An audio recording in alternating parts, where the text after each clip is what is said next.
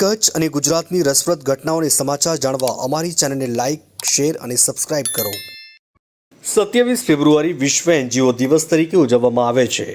આ દિવસ વિશ્વભરની બિનસરકારી સંસ્થાઓ એનજીઓ અને તેમના કાર્યકરોના અમૂલ્ય યોગદાનને સન્માન આપવા માટે મનાવવામાં આવે છે.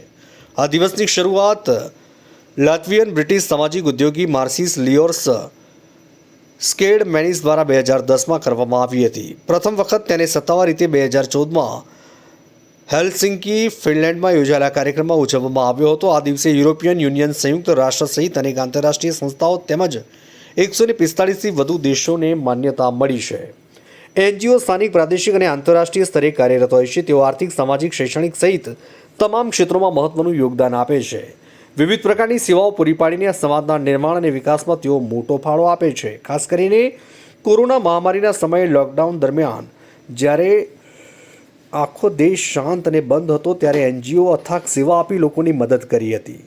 કચ્છના ભુજમાં આવેલી પ્રબોધભાઈ મુનવરની માનવજ્યોત સંસ્થાએ કોરોના મહામારી દરમિયાન અદ્ભુત કાર્ય કર્યું હતું.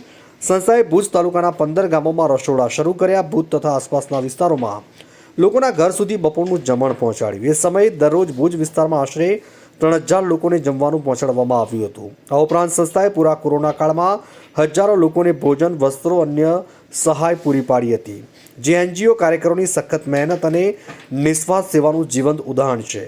આજે વિશ્વ એનજીઓ દિવસના અવસર પર આવી સંસ્થાઓ અને તેમના સમર્પિત કાર્યકરોને સલામ. તેઓ સમાજના વિકાસ અને જરૂરિયાતમંદોની મદદમાં સતત મદદરૂપ થતા રહે છે.